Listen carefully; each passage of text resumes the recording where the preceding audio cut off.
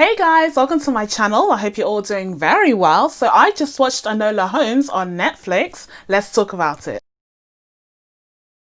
So Enola Holmes is directed by Harry Bradbeer, and I have to say, going into this film, I was pretty excited because when I saw the trailer, I thought it just looked so wholesome, so likable, so endearing, just a nice family film to, gather the whole household around and watch on television. And even though I didn't anticipate it being this groundbreaking Sherlockian story, I still thought that it looked really nice and really wholesome, and I was looking forward to seeing it. And I have to say, having seen it now, I pretty much agree with my initial assessment. Like, I think it's a really cool and just wholesome film. It's a nice family film. And come to think of it, we get very few of those these days. Family films nowadays often come under the umbrella of like a superhero fare or something that's animated, but we never really get the Paddington Bears of the world that are just like really nice family films that you can kind of just gather everyone around. And I think this is an example of that. And that's not to say that I didn't have a few issues with the film, because of course I did. It's me we're talking about. We'll go through some of those issues later on in the review, but just overall, I did have a fun time with this one. It was harmless. It was something that I had a fun time watching, and that was mostly driven, I have to say, by the really good performance by Millie Bobby Brown, who portrays Sherlock's younger sister, Enola, who we're introduced to in this film. Now, Enola spelled backwards is alone. The theme of loneliness and being alone is something that runs throughout the film, and it's something that is a part of her character, not just the name that her mother gave her. And I think they do a really good job of exploring that, and it also helps to create a character who isn't annoying because it would have been really easy for a character like her, who's just riding off of the coattails of an incredibly popular character, to just become so annoying and just such a nuisance, especially because she's a little sister as well, and we know how younger siblings can be. But I think Millie Bobby Brown did a really good job of portraying a character who had a few more layers to her, and I very much enjoyed Millie Bobby Brown's performance in terms of exploring those emotions. She wasn't stingy with the emotions. She wasn't afraid to cry, which I really like. It wasn't like a big girls don't cry type of situation. She was very open with her emotions when she really felt them, and I think it made for a more endearing and more relatable and empathetic character. I also thought the film had a really cool angle in terms of exploring Sherlock as an older brother. That's something that we haven't really seen before, and I think it added something new and unique to this particular story. I very much enjoyed the dynamic between Enola and Sherlock. I do have to say that I didn't really love the portrayal of Mycroft in this film. He's just so unlikable. I don't know if this is truer to the original character or perhaps truer to the iteration of the character that's found in the book about Enola Holmes specifically, but he was so unlikable. Yeah, I could do without Mycroft. Honestly, I understand that he kind of had to present the patriarchy and so that created quite a bit of antagonism between Enola and himself, because he was trying to push her towards the direction of being a real Victorian woman, and her personality traits just don't naturally fit towards that very narrow-minded view of what womanhood is. And so you had that antagonism there, but it's also the fact that he was just so unlikable in general, even in his interactions with Sherlock. Like, usually there's this fine line in the sibling rivalry between Sherlock and Mycroft where it's almost kind of playful, like just a little bit. I'm talking about, the BBC series specifically, where there's a bit of that, back and forth that's kind of jovial as opposed to being actually sinister. But in this case, Mycroft was just inches away from being the villain of the story because he was so unlikable. But I have to say, Sam Claflin, he did a good job with the role. It was nice seeing him here, and I think he was a good pairing with Henry Cavill's Sherlock. Speaking of Henry Cavill, I did enjoy him in this role. I like his interaction with Enola throughout the film, and the fact that he seems to be closer to her. He seems to relate to her a bit more, as opposed to Mycroft just kind of writing her off as this barbarian, pretty much. Sherlock kind of sees things from her perspective, and he's a bit more empathetic towards her, which I enjoyed, even though it seemed unexpected considering the character of Sherlock, but they were going for a completely different version, so that's fine. Although I will say overall, I did find Henry Cavill to be a little bit stiff as Sherlock. Like, we need a little bit more pizzazz, we need a little bit more personality, but I think he was holding back because Enola is supposed to be the star of the show, and if we got a full frontal Sherlock, then he would pretty much steal the spotlight from her. So I felt like it was a very conscious decision to just have him take a step back and let her shine in her own story. And just in general, this film has a really great cast. You have Fiona Shaw, who's portraying that really strict headmistress, and she's been tasked to peel away any layers of individuality in Enola and have her become this real respectable Victorian woman, and she takes that role very seriously, even though she's so cruel to her about it. You also have Susie Wokoma, who I was so happy to see here. I loved her in Chewing Gum, and I was just excited to see her pop up in this Victorian story. They definitely played around with like racial politics during this time, but I'm fine with it because it's not that kind of film to kind of delve into social commentary that way. I didn't really mind the historical inaccuracies in this case of, you know, the representation of people of colour in Victorian England. It's fine. It's just a fun family film. It's not that deep, and it's an opportunity to have more representation in a story set in this time anyway, so I really didn't mind, and in fact I was very happy to see her here. And of course you have Helena Bonham Carter rounding out this already great cast, and I thought she was really good. I felt the mother-daughter bond between her and Enola. I liked the way that they interacted with one another, and I felt like Enola could be raised by her. Like, I felt like it was a plausible situation that she would be her daughter. Having said that though, I didn't get that same sense with Mycroft and Sherlock whatsoever. Like, they didn't seem to care about their mother in the slightest, which was shocking and confusing as hell, because I almost felt like they had a different mother because they were just so disconnected from her entirely. She's missing and they don't care.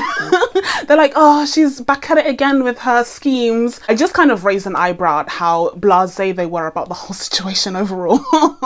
But I guess, you know, Sherlock has seen worse things. You know, he's regularly exposed to these dramatic cases, so perhaps he wasn't as worried, and also he had confidence that he would be able to figure it out, so you can kind of justify it that way. But they're a bit too casual about their mother's sudden disappearance, if you ask me. That brings me to some of the issues that I had with this film, because whilst I did very much enjoy the characters and their interactions, I did think that the story overall was a little bit lacking and a little bit uneven, and in particular when it came to the mystery itself. First of all, the introduction of the Viscount of Basildon, or wherever the hell he's from. Why? Why? Why did we take a left turn to focus on him as opposed to finding out what the hell had happened to Alona's mother?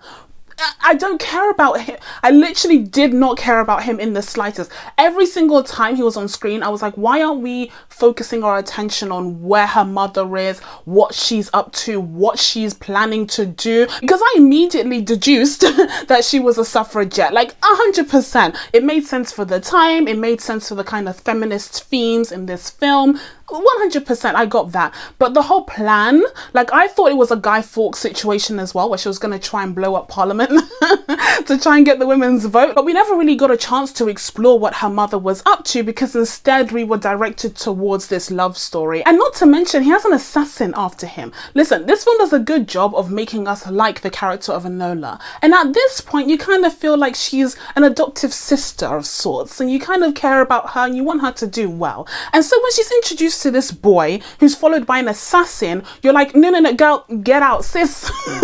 Sis, leave immediately. Leave him alone. And she does leave him alone as soon as they arrive in London, and you think, okay, that's the end of that. Then he makes a reappearance when she feels bad and she starts looking for him all of a sudden, and the story just takes another sharp left towards his direction.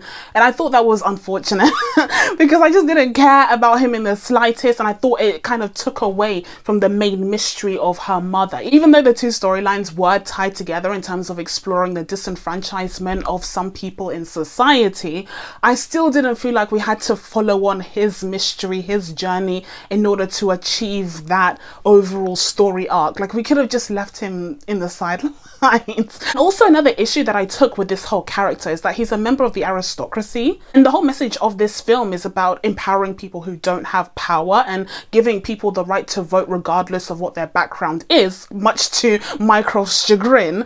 But the fact that you have ultimately this aristocratic kid who ends up being the key vote to decide whether or not people have the right to vote.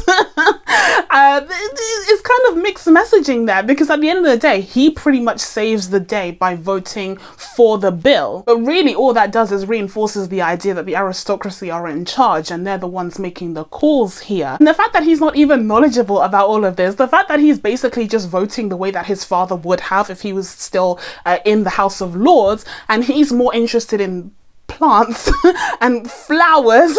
Doesn't that just reinforce the idea that the aristocracy sometimes aren't equipped to make these, you know, world-changing decisions, and perhaps that power should be in the hands of the people to begin with? Like, this goes into a whole political discussion about the purpose of the House of Lords in the UK and whether or not it's constitutional to even have them, whether it even supports our democracy, because they're not voted in.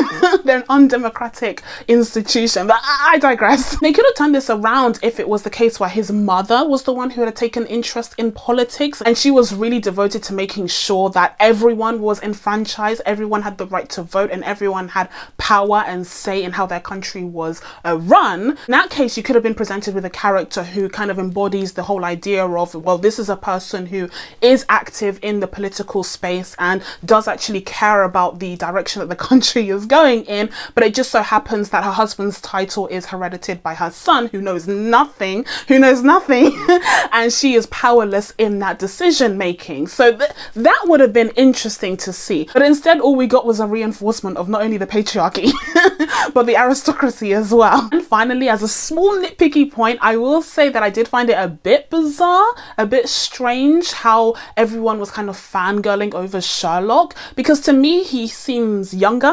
Like, Henry Cavill seems younger, and it seems as though he would have been at the earliest stage of his career, and so the fact that he was held in such high regard by everybody in pretty much the whole country, and the fact that he was so well known and so, you know, highly esteemed, seemed a little bit premature considering how young he was. Like, I felt like everyone was treating him how they would if he was near the end of his career as opposed to the beginning. But again, that's a small point. I mean, you can make the argument that he's done enough high profile cases that everyone knows about his brilliance at this point, but it was just something that was a bit odd. I feel like because we know Sherlock Holmes and we know how popular he's become within pop culture and how many decades upon decades of character iterations he's gone through, that it makes sense that everyone would know him. But in that world where he's relatively young, and it's the Victorian age where information spreads like a snail walking across a desert, it seemed a bit premature for everyone to already hold him in such high esteem. I think overall it kind of speaks to the idea that this film would have benefited from being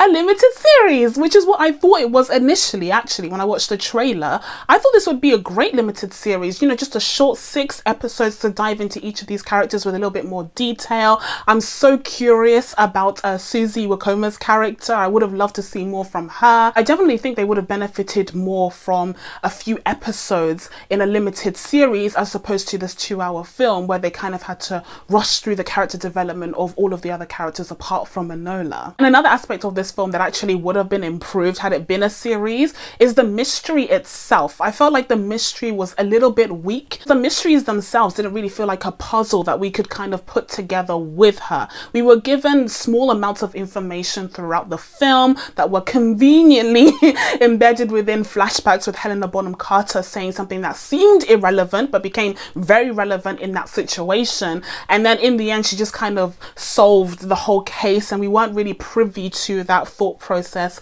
at least in my opinion. It just felt very haphazardly placed throughout, whereas the film could have done more to create a mystery that the audience would be a part of in terms of solving it, and that would feel a bit more interactive in the way that the best Sherlock stories do. So with all of that said, I'm going to be giving Enola Holmes a 6.5 out of 10. Like I said already, I didn't really expect much from this film. I wasn't expecting Oscar bait or anything of the sort, but I did just have a fun time with it, and I thought it was a nice family film for Netflix to release, and a very high quality one that had kind of stylistic elements to it that I really appreciated, and it really helped to make it stand out from the crowd of Sherlockian stories. So I really enjoyed it. But that's it from me. Now that I told you guys my thoughts on Enola Holmes, it's time for you guys to let me know what you thought of this film down in the comments below. Please be sure to subscribe to catch new videos coming up. Thank you guys so much for watching. I really appreciate it, and I will see you in the next one. Bye.